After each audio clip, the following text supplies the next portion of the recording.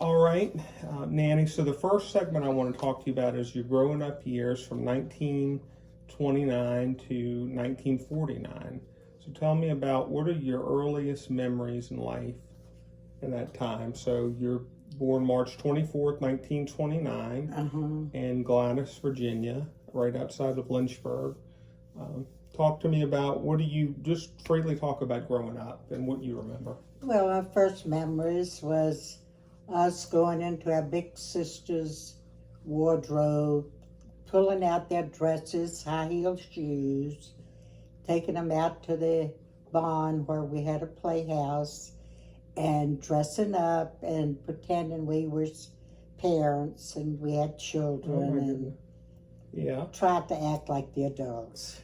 How, and I think of little like Lillian and Adrena, the great-grandchildren, Rose's daughter, Adrena, Andrew's daughter, Lillian, and how much they act like little women, so that must be a genetic thing. Right. So tell me a little bit more about that. How old do you think you were? Oh, we were like probably first grade. Okay, 5 or 6 or something like that. First grade and up. Yeah. And what happened when y'all would you put on makeup or just get on the clothes? No, we didn't get the makeup because we knew we couldn't have no way to get that off. And they would know that we had been meddling into their makeups and whatever they had. They didn't like for us to touch the children to touch anything that they had, Yeah. So, your first house that you really remember was at City Farm? It was down at City Farm. Okay. And why did you live there? Because my father was a guard at the farm. Okay. And the farm consisted of men who would get drunk, cause disturbances downtown, and they would take them to jail, and they would have to spend time for misbehaving on the streets, and they were taken to the farm to stay for a period of time. All right, and you said your father, we knew him as Big Daddy. Big Daddy. Of yesterday. And now Uncle Nick is Big Daddy for his grandchildren of today. But talk to me about, tell me about your family. You came from, it was 11 total, but 2 passed away young, right? They did. Really, I can't remember either one of them. Just pictures of them. Yeah. And it was Clyde and Lillian. And Clyde, I believe, was second oldest after Daisy. And Lillian, I think, was right before you. That is correct. And I think she died, from what I remember, from what I've heard. I do not remember her. Yeah. Only her picture.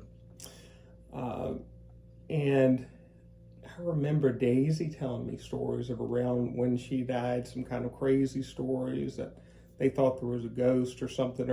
She died so young, as just a child. And talk to me a little bit about your childhood memories of your mother and father. Big Mama and Big Daddy, as they were known. They were loving and kind, and they saw that we went to church every Sunday and that we didn't misbehave or say any curse words. They didn't always be real unhappy if we would get into disputes with one another and probably start little fights and things that children do when they're young. So I guess y'all were pretty well behaved then, or afraid not to be, right? Yeah, we had to be. If we did anything really bad, they didn't, we made darn sure that they didn't see us or learn anything about it. Tell me about a time as a child you misbehaved. Other than you said y'all would go into your sister's things, but did you ever steal a candy bar or skip school or anything like that? No, we never skipped school because we had a long ways to walk to the bus stop, Yeah. And we had older sisters Okay, to make sure that would yeah. walk with us and make sure that we got on that bus and was taken care of. That's right. And you were the third from youngest. There was Edith and Monty after you. What did you think? I know that you were born in 1929, March 24th, 1929, one of the very first babies born after President Herbert Hoover took office on in earlier March that year. And in October of that year, of course, you're too young to remember, that was the crash, the stock market crash. I remember nothing about that. Of course, yeah, but that till I got older. Yeah, right, and you learned about it, but you grew. The Depression lasted all throughout the 30s, and that was you grew up in the 30s and 40s. I remember nothing about it. But what do you remember about life conditions growing up? Did you think you were rich or poor, or how did you? Were there any family struggles? What was it like? What was it like growing up in the 1930s? No, I thought we were well-to-do. We always had plenty to eat, and there's always children to play with, and we were always taken to Sunday school and preaching and to church services. And on Sunday afternoon, we'd go to visit the aunts and uncles, and of course they had children our age, and we look forward to Sunday and Sunday afternoon. Okay. What happened on Sunday afternoon? We'd go visit aunts and uncles, and they had children. Of course, like all other children, we'd go out and do what we could, whether it was we were supposed to do it or not. Yeah. And try to keep the adults from knowing what we were doing or where we were going. So, you all grew vegetables too, right? We did. A lot of your own food. We would go pick vegetables from the garden. Daddy worked the gardens, and we would go help pick the vegetables and help him do anything that we could.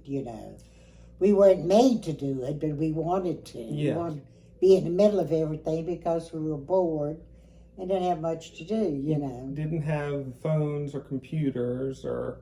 No, right? no phones, no like computers.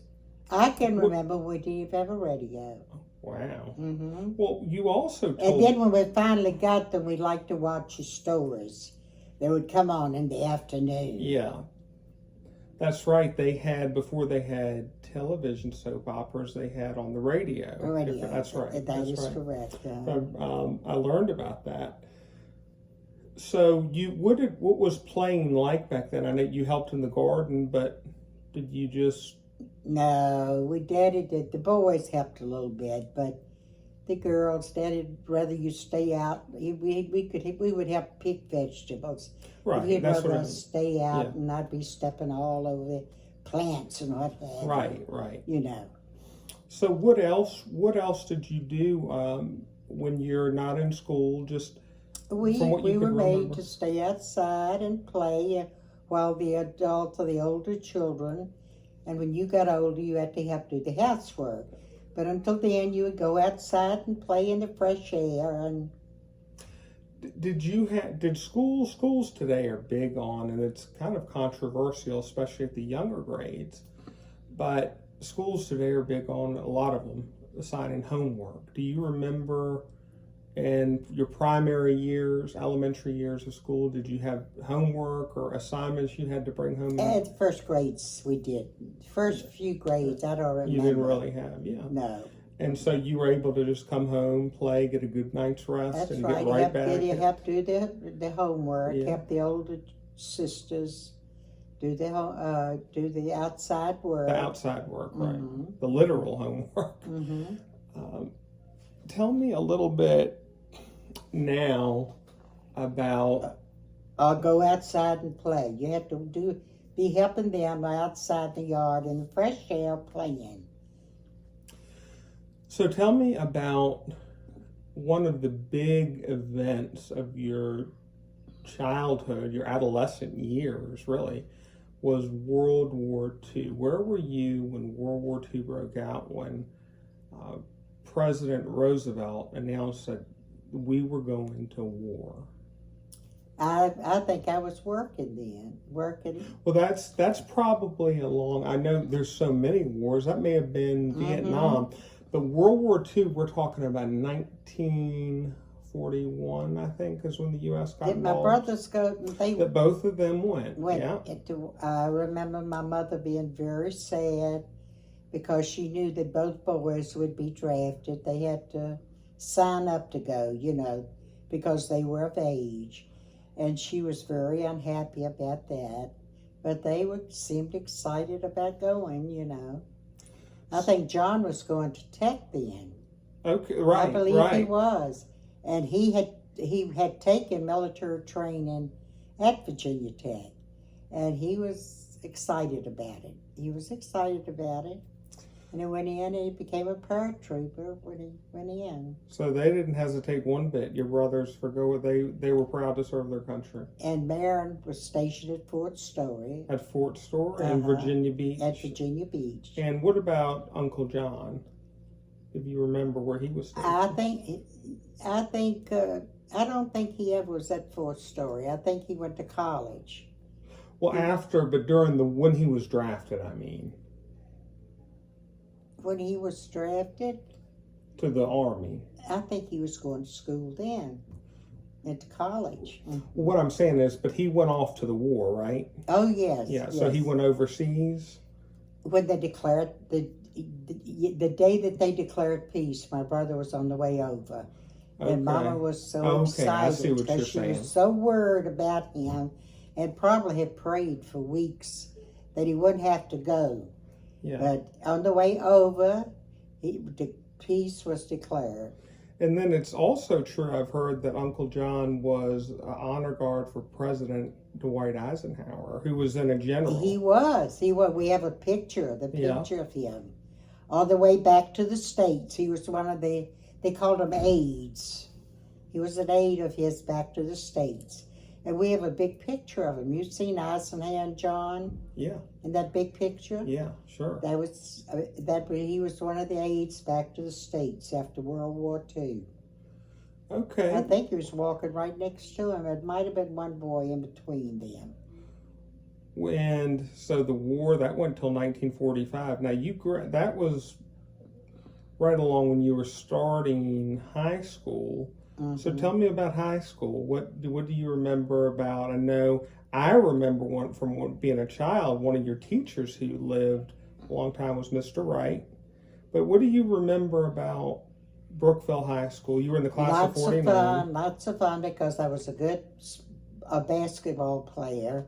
And of course, anybody that would play on the first teams, the other students thought greatly of them, that they were chosen to be on the teams, on the basketball team. And I really enjoyed school. I didn't like it until I got in high school and started playing sports. Okay, what sports did you play? Basketball, softball. And you were, I think... a guard. A guard, okay. But you were taller for a young lady it had long arms. Long arms, okay. I was probably one of the star players.